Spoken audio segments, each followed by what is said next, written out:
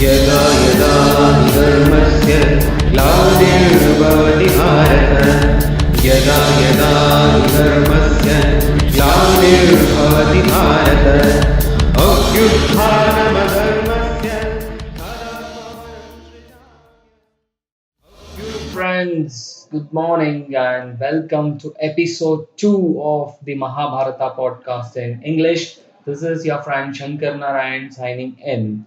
Let's do a quick recap of what we talked about last week. Last week we saw how Lord Vyasa wanted to write the Mahabharata in the form of poetry, how he requested Lord Ganesha to do the writing for him, how Lord Ganesha put his condition across that he will stop if Lord Vyasa stops reciting the poem, and a witty counter by Lord Vyasa where he said, before you write, you got to understand each and every statement and then write.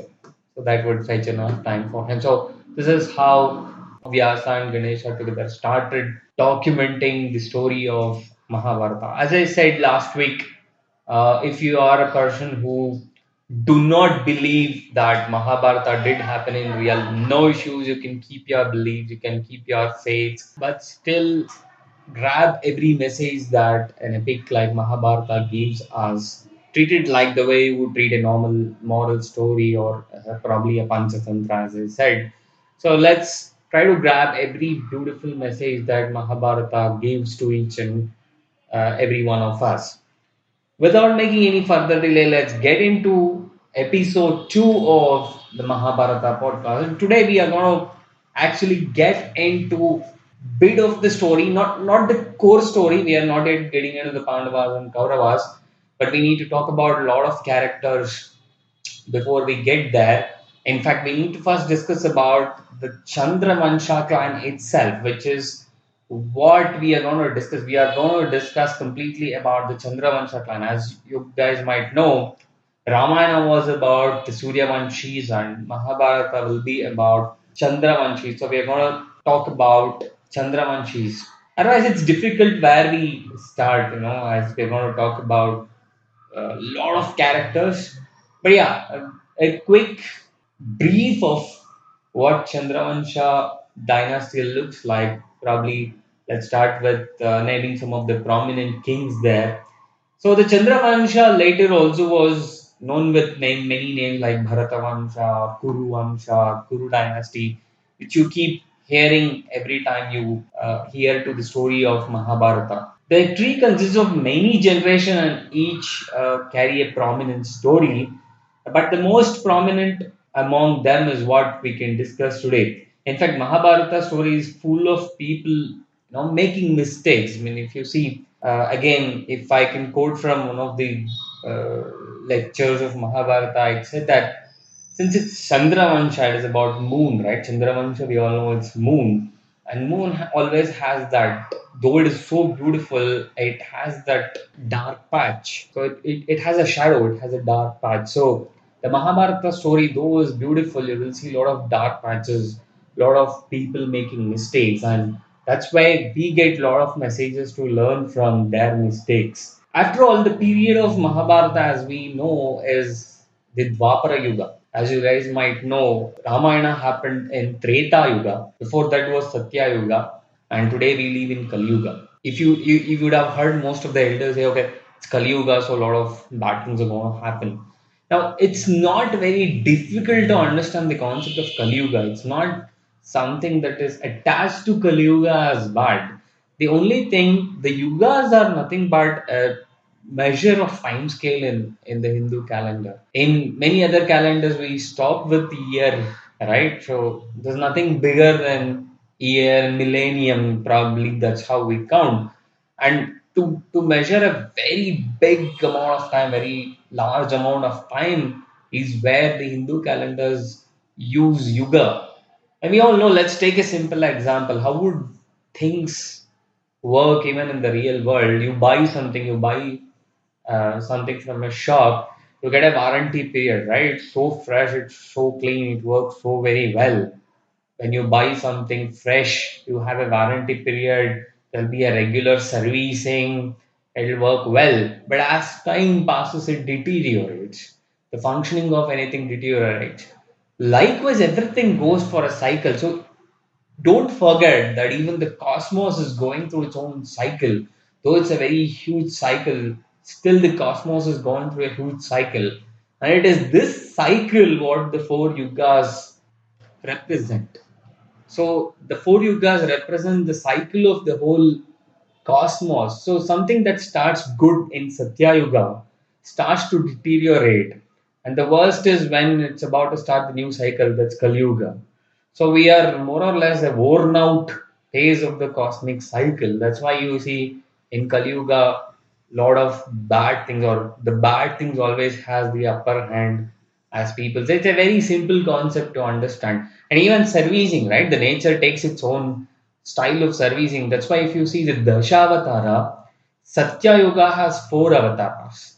Then comes Treta Yuga where you have three, then you have two in Dwapara Yuga, and then you will have only one in Kali Yuga. So you'll have 4 plus 3 plus 2 plus 1. That is 7 plus 2, 9 plus 1, 10. So that's how the Dashavatara itself is distributed. So initially it needs a lot of servicing to keep things in a good condition. But as the lifespan of the cosmic cycle goes on, it is bound to deteriorate, and that's why you see the number of avatars Lord Vishnu takes in each yuga drops down. So that's how we come to Kali Yuga. So going back to the Mahabharata story is believed to have happened in Dwapara Yuga, and it's not as gentlemanish as what Ramayana probably would be.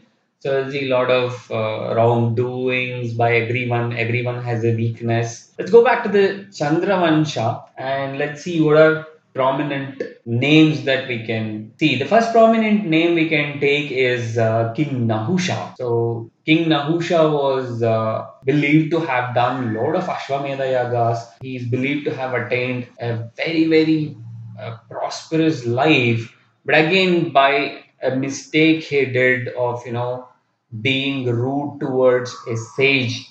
In fact, in olden days, respecting learned people and intellects were the core of society. So because he was rude or he was unpleasant towards a sage, a learned person, he's believed to have got a curse to be born as a snake because of his rudeness.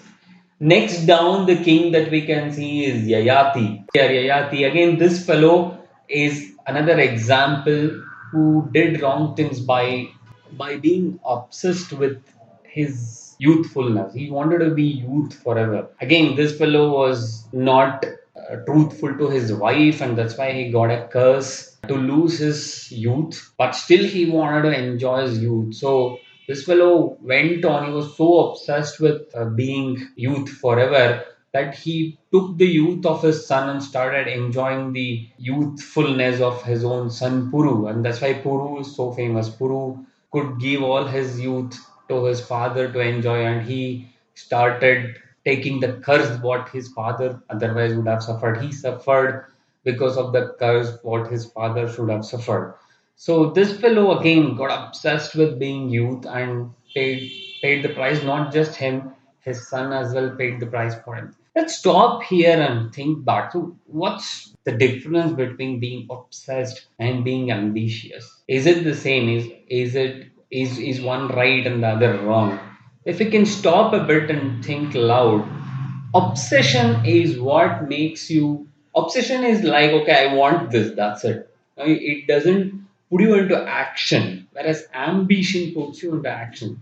If you are ambitious about something, you will do everything that is right to achieve that. So ambition is a very positive thing. You will do a lot of things. You will work hard to reach your goal and actually achieve that whatever your ambition is. But when it comes to obsession, you don't want to do anything, but you want it. That's obsession.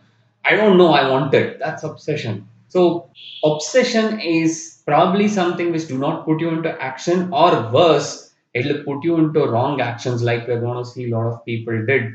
Because of their obsession, they did everything that was basically wrong, morally wrong. and then not just them, the entire generation had to pay the price for it. So again, Yayati paid for his obsession, and his son again paid for the obsession that he had. The next king was Dushyanta. He's more famous by the works of Kalidasa. So we all know the story of Dushyanta and Shakuntala. Their son was Bharata. Again, this is one king who was so famous in the clan. In fact, the name Bharata was believed to be because of this guy, not the Bharata of Ramayana. The name for India, Bharata, came from this Bharata, who is son of Dushyanta and Shakuntala. That's where you hear a lot of Bharatvansha reference. It's after this fellow. Then came Samavarna, then came Kuru. That's where you get the Kuru dynasty name. And then came the king Pratipa. Now, this is a brief of how the Chandravansha line would look. It's not that I remember everything, even I have a book to read this out, so it's okay if we don't remember. This is where the actual story starts after Pratipa. Pratipa's son was King Shantanu, and this guy, this peculiar guy, was actually the reason for the entire Mahabharata. If it was not for Mr. Shantanu, Mahabharata would not have happened.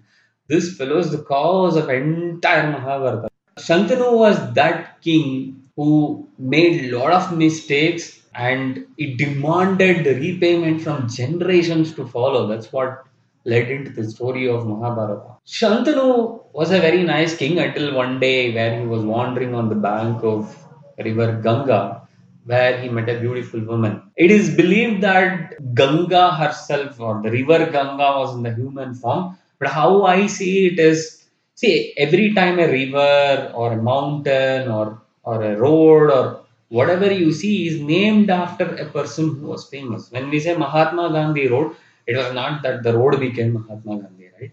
Mahatma Gandhi was a famous personality and we named the road after Mahatma Gandhi.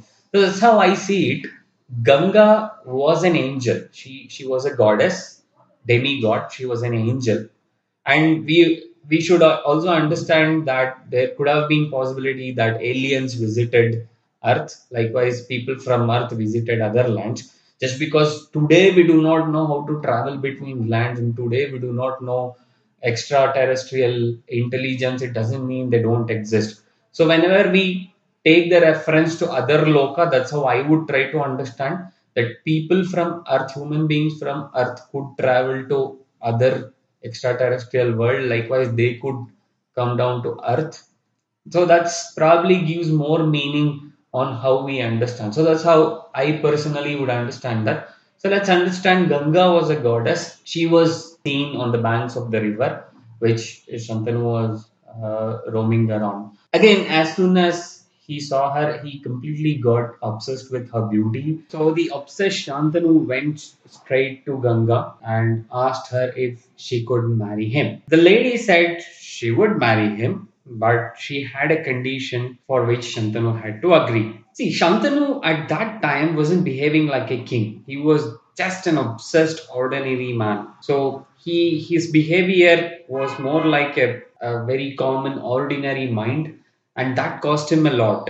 Many of us take hasty decisions likewise, no, being narrow-minded due to our obsessions and then suffer. So even here, because of his obsession, Shantanu became completely narrow-minded, did not think of what could be the outcome of he making a blind promise to Ganga, and later he suffered. Now, Ganga's condition was that she would marry the king and stay with him only if the king does not ask her who she was, where she came from, and does not stop her or question her about any action of hers, be it however miserable or dangerous or scary the actions were. So she said, whatever I do, you should not ask why I am doing so. You should not ask who I am. You should not ask where I come from. The moment you ask any of these questions, at that moment I will leave you. Until only that time you don't ask any of these questions, I will stay with you. This was what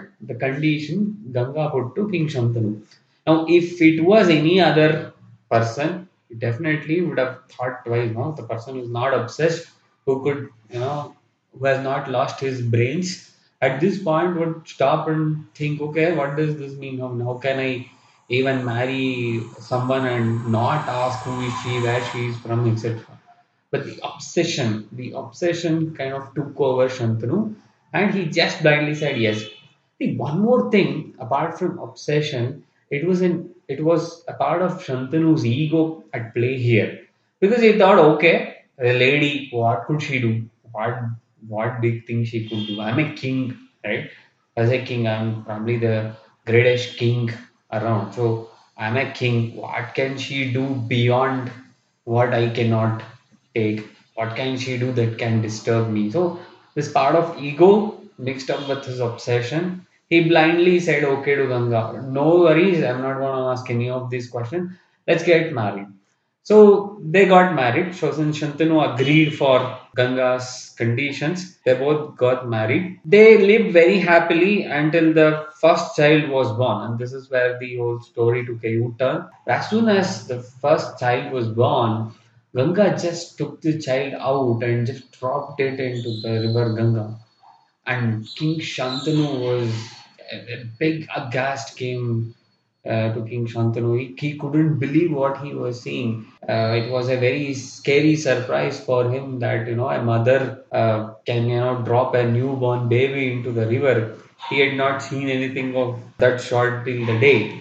So he was completely he lost his mind.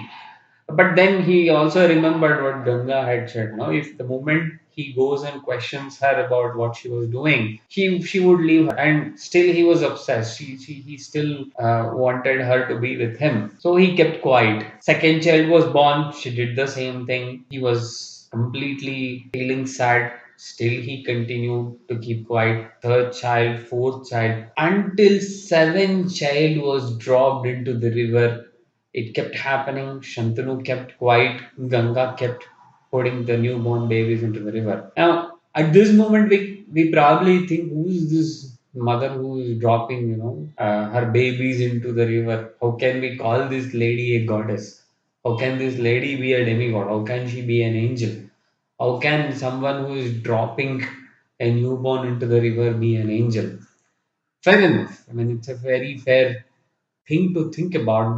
But if we go back, probably in a while, we will go back and relook at what led to this whole drama.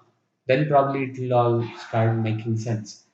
So Shantanu kind of had it enough. Now he had spent enough of time with Ganga, and slowly, his senses started coming back, and now his obsession had reduced. Now he started thinking from his brain. No, this is how he started using the fresh brain that he had kept. So Shantanu, when she was about to give birth to the eighth child, Shantanu woke up. He said, "No, I think I have took enough. Now that this new child born, I'm not going to keep quiet. I'm not going to let Ganga drop this child into the river." So as soon as the eighth child was born, Ganga was about to repeat what she did with the first seven babies. And this time, Shantanu stopped her. He stopped her and he asked, why was she doing it? Who was she? That she was killing her own babies, and why is that she is doing this kind of horrible action? Why is she taking such horrible actions against her own babies? And the moment he asked this question, Ganga said, thank God you woke up now at least. She knew that he would, and she knew the destiny of the child, and she said, even if you had not asked me this question, by other means this child would have survived, because this is the eighth of the eighth Vasus, who were cursed to be born as human beings. They all were born.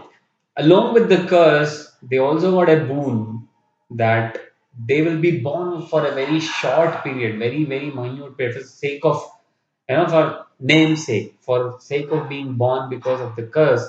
They'll be born, and within a short span, they will finish their tenure on earth and go back to their where they belong. But this fellow, the eighth one, he was the master in crime. I will get to that story. Because his crime, he was the master in crime. He did not get that concession. The rest of the seven Vasus got the concession that they'll be born and they will live for a very short while. But this fellow did not get the concession. He got a curse that he will go, he will live until one day he wants to die. and he will live without a wife. So this was the curse that eighth Vasu had got. So this baby was destined to live. So this is the story. I'll get to that story in the next episode. So Ganga said, okay, she told the whole story and then she said, this is the destiny. So we were also destined to marry. I was destined to give birth to all these sages and now they have completed their curse. The eighth one is gonna live, is gonna live long, is gonna live as your son, and I'm now going to take him along with me. And one day I'm going to come back and give your son to you, who will be then well prepared to take up your kingdom and continue ruling.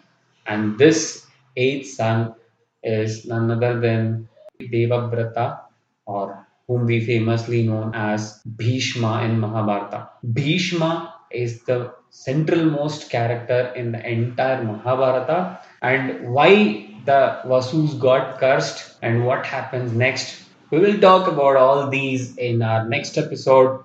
Hope you enjoyed this episode of the Mahabharata podcast. See you next week. Until then, bye bye from Shankar. Enjoy the messages from Mahabharata. Thank you.